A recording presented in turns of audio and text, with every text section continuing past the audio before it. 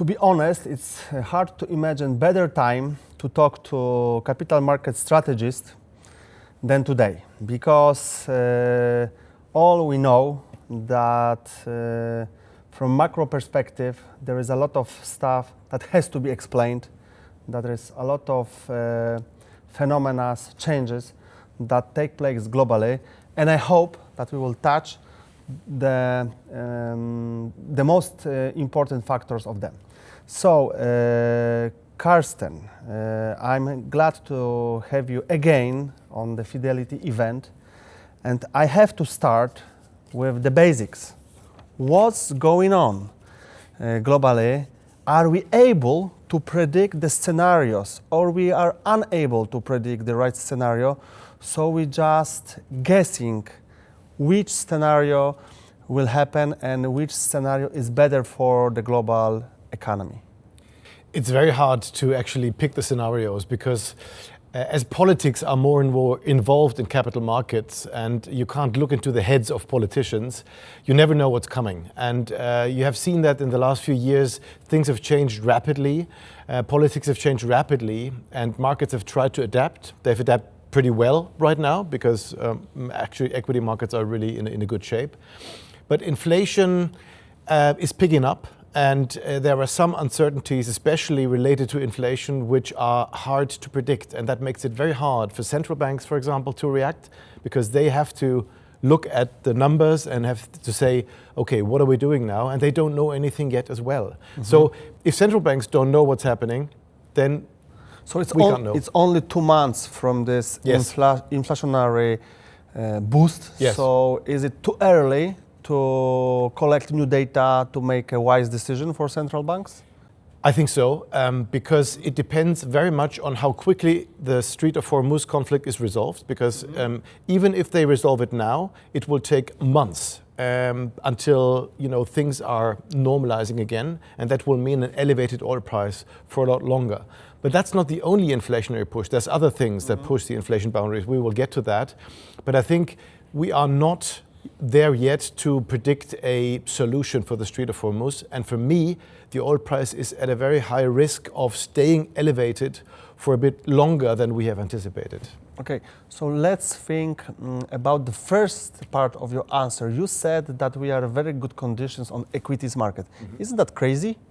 That there is a lot of turmoil. Yes. Everything is growing faster than before Hormuz. Yes, yes. So isn't that crazy, or this is explainable somehow?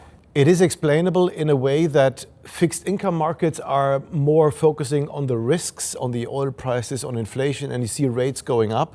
Equity markets are trying to look at the earnings profile, trying to look at the big investment cycle for AI and the huge amount of money that's being invested into these areas. And I think the recent quarterly numbers from the US were really good, and people were thinking, wow, earnings are growing, so things must be good, and so let's buy equities once again. And also there's a notion of equities could be an inflation hedge. Even if we get inflation, equities could be some sort of hedge for it, but I'm not so sure this will work over time, because in the 70s it was different. Okay, so the industrial segment would be better inflationary hedge? I think so. Than equities yes. in general? I think one of the main themes, one of the two main themes that we can look at right now is that the build out in infrastructure worldwide is expanding hugely. Governments are throwing a lot of money at expanding infrastructure. That's AI infrastructure, that's traffic, that's pathways for goods to flow, because after COVID and all the restrictions, people are rebuilding supply chains a lot, and they have to throw money at that. And so industrials are in the forefront of all this money that's flowing into markets. And I think infrastructure and commodities are two areas which are really, really well supported for the next few years. And defense is another one, obviously. So maybe you can tell us a secret as a market strategist. Is it incident that you have chosen the topic of the conference related to the Industrial Revolution just right now? Why we talk about this topic today? What's from the macro perspective? The essence of it is that I think infrastructure and industrials are at the core of what's happening with regards to the change in the global economy. We had, as you know, at the beginning of the 2000s, we've had this big entry of China into the Global Trade Organization. They produce things very cheaply. The US outsourced all the heavy industrial stuff to China. You know, they could produce it easily and they would import it back for very cheap money. But now that security and access to commodities and all this is becoming much more important than economics in the way that how can we produce quickly, cheaply, and so on.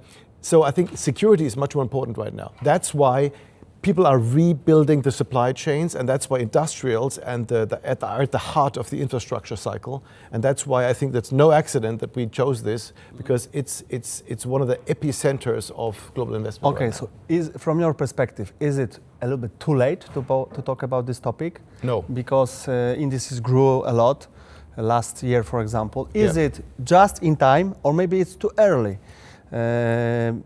Because you still have other opportunities that relatively are very good performers. So I wouldn't definitely say it's not too late. No, not at all. I would say that we are just at the beginning of a really long cycle in that regard, because it's so many different things that are being built out in terms of infrastructure, that this will be a multi-year and even it could be even a decade-long topic. So it's definitely not too late to talk about this. I mean, AI is one of the examples for that, because all the data center build-outs, all the capital expenditure programs, they go beyond 2030, and that's huge amounts of money. 700 billion are invested by the hyperscalers alone this year. And this is only one part of the whole chain, and other things like reindustrialization of other parts of the production cycle are being built out right now. So no, it's definitely not too late. It's well ahead, I think, from a multi-year cycle that we have had as us. So we have choice. We can invest in US, in Europe, in Asia. Yeah. So how would you suggest, in general, not only in the industrial segment, position your portfolio for the next couple years, taking into consideration that at least two regions are unpredictable. The first unpredictable region is, of course, US, and the second unpredictable is Asia. Of course, there are countries that are more predictable or less, but I'm just asking that what is the wiser, the wiser solution for the investor? I think a wise solution is always to be diversified. And if you look at how the cycles have moved up until the present moment, it was very much in favor of the US, right? I mean, if you look at the MSCI World, the global indices, 70% are weighted in the US. And now the world is fragmenting. So the world is building out different blocks. And the US is renationalizing, is a little bit trying to close the borders, try to have less impact, less imports into the country. Asia is becoming a much more global force, and I think they can compensate the trade flows that are not going to the US much better amongst themselves. And also the dollar that's going to weaken over the next few years most probably will benefit emerging markets, and especially the Asian emerging markets, pretty well. So I would say that Asia has a better chance and will grow more in the next decade than it has in the last, and it will outgrow the US as well. And it will also benefit from this global fragmentation, because they can also include the global south with their trade flows. So I would say, take some weights away from the US, put it into Asia, emerging markets Asia. They have good access to commodities, they've got multi-year growth, they've got a good population growth as well. I would assume they're best suited towards the growth in the next decade or so. Sometimes when I'm considering different market opportunities, I see argumentation that the dollarization has started, the dollar is weaker, so sometimes even in relative terms the US equities are higher because the dollar is weaker. So what do you think about this phenomena? Should we be afraid about this? Is it a new regime? Is it too far to say that something is changing? What's Fidelity opinion about, maybe it's only rumor, But of course, in media, it's Yes. repeated and repeated. There's no doubt that the dollar has weakened for certain reasons yet, and the question is how it's going to continue. But first of all, the US government and the US economy does not really seem to be interested in having a strong dollar as they had in the past. So it seems that from a governmental and from a government's perspective, a weaker dollar is accepted, and it's also desired for some of the big exporters like the tech companies that can offer their products in a cheaper way when the dollar is weaker. Secondly, I think the worldwide trade flows, you can see that dollar, the amount of dollar volumes is going down. So you can see a sort of de-dollarization, other parts of the world trying to use different currencies for their trades in commodities and in other parts. And then thirdly, the US seems to have seems to want lower rates going forward. I mean, that was what obviously Trump has said before, but also, some of the central bankers prefer, for rates to be lower. That's another reason why, let's say, rate differentials might not be as supportive for the dollar as they have been in the past. So all in all, I would say the trends and the fragmentation as well, the fact that the trade flows from the US, the trade deficits are going down and making it less, other parts of the world make less demand for dollars because they need to have less dollars going forward. If they have less trade with the US, they get less dollars, they have to invest less into, let's say, treasuries or so.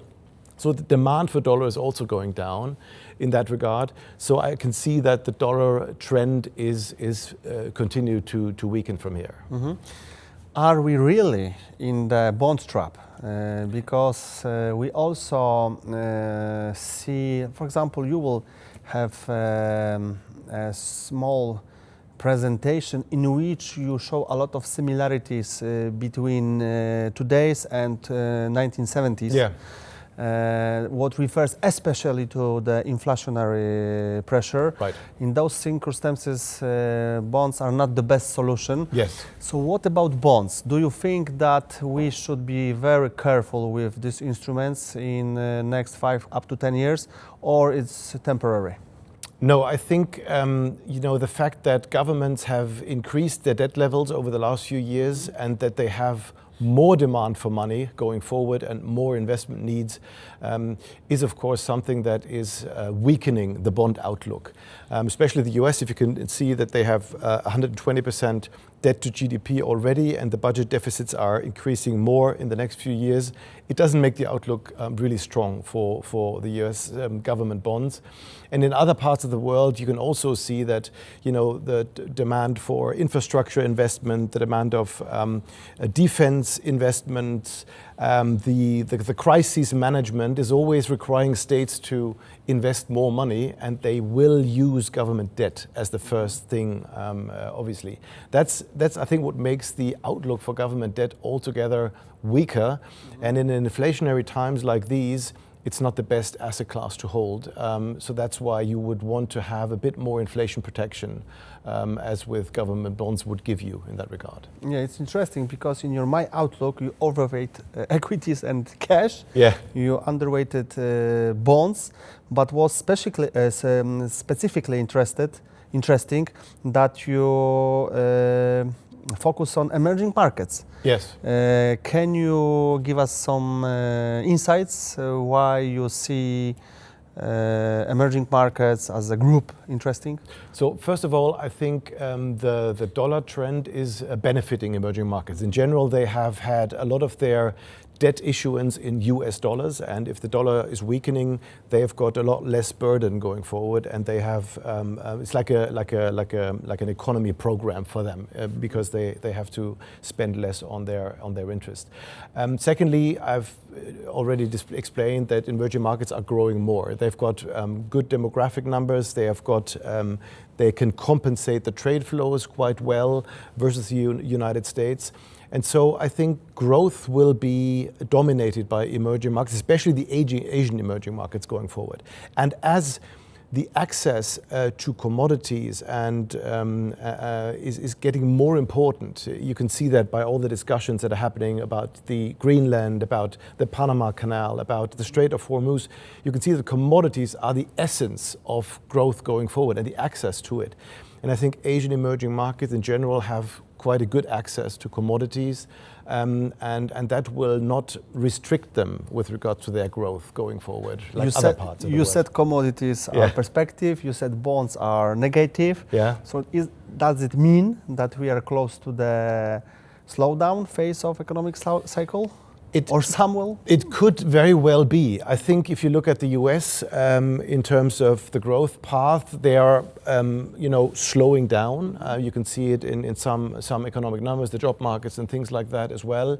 And also growth has been reduced lately by some big institutions as well, IMF and all that have reduced their growth forecast. So, I think that we're at the risk of, on the one hand, slowing down a little bit in terms of growth numbers, on the other hand, having this inflationary push, which is not an ideal combination, and it makes it very hard for central bankers to react to that, because they have to decide, which way to go. So there is a chance that we are in the slowdown. There is a chance that we are slowing down. But as I said, it may be differentiated in the different regions. Mm-hmm. So I think emerging markets have still a better opportunity to grow. The Asian emerging markets, due to the reasons I've mentioned, the US is maybe in some parts is really strong, and in other parts is slowing down a bit more. And Europe is stuck in the middle, somewhere in between. Somewhere in between. Okay, the very last question. Mm-hmm. I'm sure you have heard about the 60-20-20 portfolio instead of 60-40 portfolio. What is your opinion about that? Is it good that we have shift in general approach? So we were promoting as a global investors for over 40 years, the 60-40 portfolio. Now we're starting to doubt that maybe it's too much, and it's not too much in equities, it's too much in bonds. Yes. So what's your opinion about that? I think we have watched correlations going up lately, and if correlations are going up between equities and fixed income, it's not ideal, because you've seen it in 2021, when in 2022 especially, when equity markets were down dramatically, and even state government bonds were down dramatically, and there was no escape. So both asset classes correlated pretty highly and gave investors a very negative outcome. In that regard, commodities, for example, would have been a very nice addition, because that was the only asset class that was positive, and it is generally negatively correlated to the other asset classes. So I would say, diversify more in times where correlations are higher, and look for asset classes which are less correlated. Commodities give you that. Gold is part of the commodities, although it has different characteristics. But I would assume that a broader allocation with more asset classes than just equities and fixed income, I think will prep you better for the time to come than the 60-40 portfolio that you've had. Okay, thank you very much for the discussion. It was really great to have you here to discuss all this difficult and untypical topic. My guest was Carsten Roemheld, who is capital market strategist at Fidelity International. And we are in Warsaw. Thank you very much.